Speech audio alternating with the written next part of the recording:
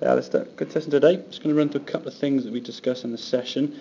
The key thing was now in the takeaway, we watched now the club was getting a little bit stuck too far behind you in the backswing. Now when the club was going back this flat, had the club continued on that plane, you'd have a very, very flat backswing. The problem is then you've got to start lifting your arms up. In the act of doing that, we can see your head sort of moving forward towards the golf ball, creating less room for your arms to swing back into the hitting area and getting yourself very, very trapped.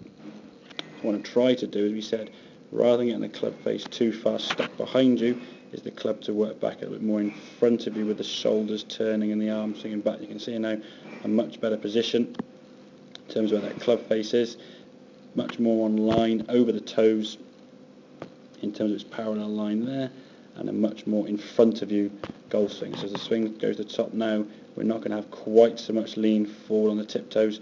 At least as the club now comes back to the golf ball, we've got a bit more room and an ability now to square the club face up. As you can see, coming back into it now, there's a bit more space for your arms to swing, and the golf ball now sort of starting towards target and releasing up there on the left hand side. And by having the club swing a little bit more neutrally with less forearm rotation, we're not changing the way the club is pointing. If your club face is opening so much on the way back, it's going to require a lot of closing on the way down.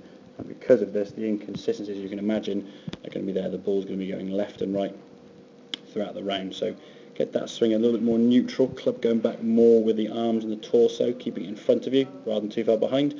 I'm sure you'll find your backswing in a lot better position, help you the impact, and that ball flying a lot straighter down the fairway. So hope that all makes sense. Any questions, obviously, give me a shout, and I'll see you soon.